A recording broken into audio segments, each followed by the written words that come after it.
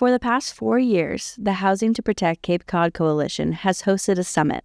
The summit makes it easy for locals to hear about progress made over the past year and receive tools and resources to advocate for housing in our community. This year's summit was thrown at the Emerald Resort in Hyannis on October 30th. With the housing crisis touching every corner of our region, the event provided an opportunity for conversation, collaboration, and action.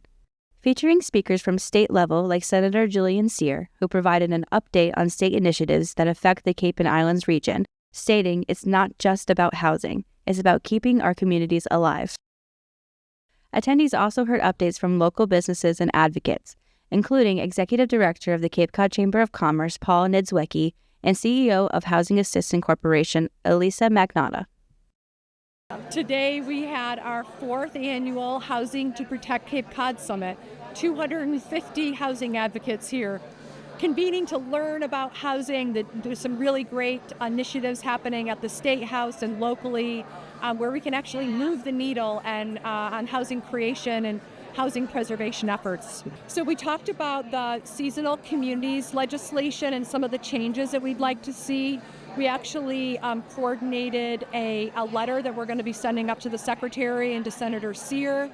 We talked about housing preservation with how to take existing homes and turn them into year-round rentals. We talked about a lot of the 40Y home ownership opportunities.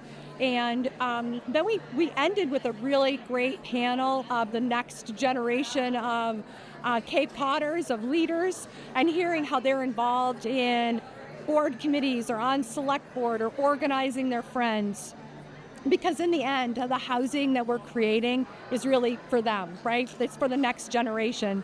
So they can see themselves here and they can invest in their careers here and raise their families here. So it's nice to have them end the summit and remind us why we're here and what we're doing. I hope that people will be galvanized by the information and be excited by the momentum that we've created over the past 4 and 5 years. And I hope that it will kind of help them turn the tide and get the confidence and the courage to be able to speak up for housing, speak up for locals, figure out a way for us to not just protect this beautiful place that we call home and that we live, but also the people who live here.